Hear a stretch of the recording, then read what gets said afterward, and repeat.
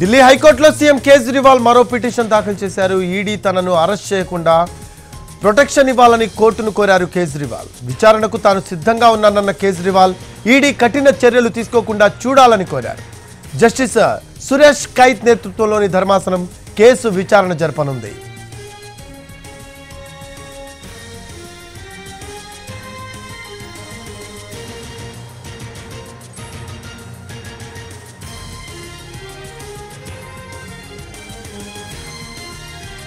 ఢిల్లీ హైకోర్టులో సీఎం కేజ్రీవాల్ మరో పిటిషన్ దాఖలు చేశారు.